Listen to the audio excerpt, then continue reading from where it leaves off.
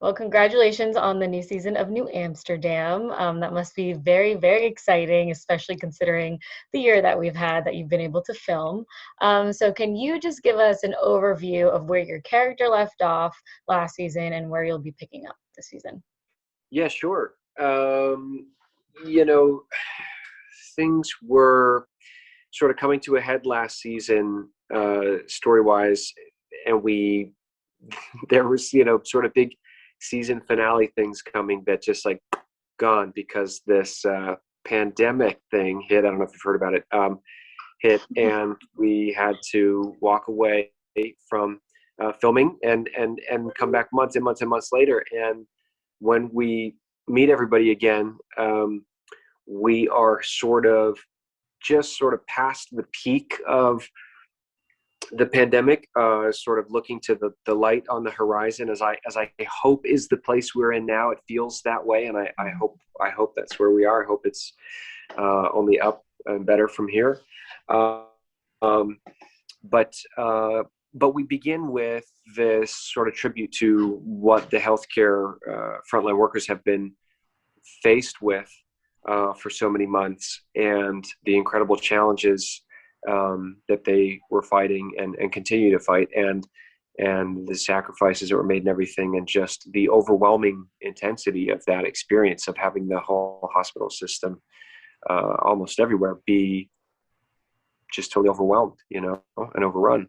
Um, so that's where we begin things. But uh, I think um, there there's a lot of, when a situation is as heavy as that, I think it's important that we find lightness as well to sort of balance that out and to remind ourselves what we're fighting for. So there's a lot of light and there's a lot of heart in there too. And as you mentioned, the opening to the season is so heart-wrenching. What do you hope that people get from that one moment in the episode and then just the rest of the episode and the season? Yeah, well, from the, I haven't seen it yet because I usually don't see it until it airs myself. And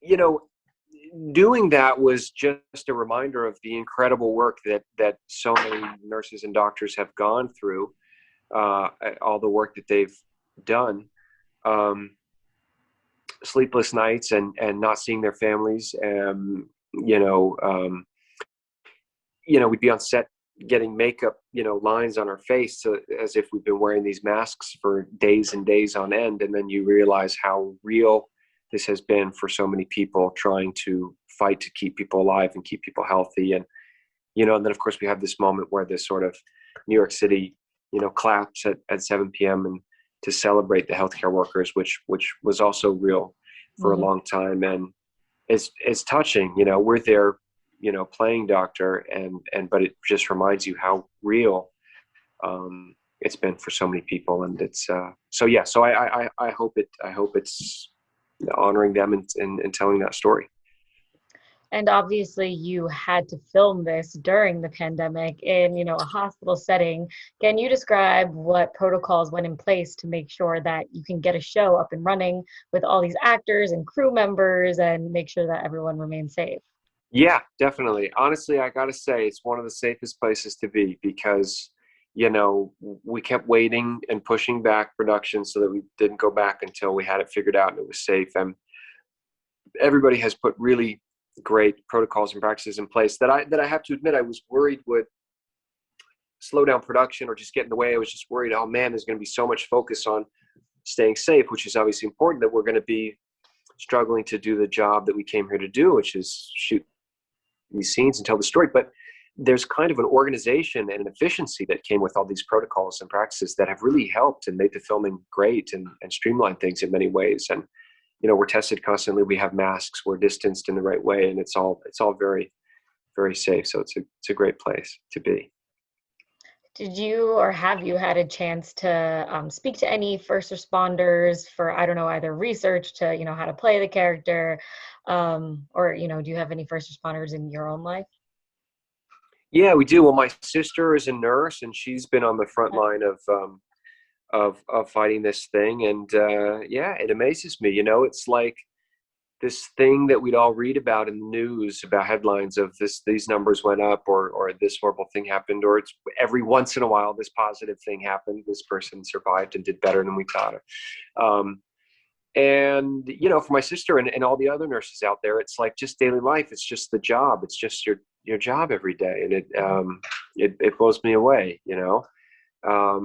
And of course we have doctors and nurses on set who are advising, and I've spoken to them, and I donated plasma, and I spoke to some of the nurses and doctors at that hospital, and just, yeah, it's really inspiring to see the challenges that they were facing, not having enough equipment, not having enough beds, too many patients, not knowing the right treatment, amending the treatment on the spot and saying, no, that wasn't helping, this could help. And Mm-hmm.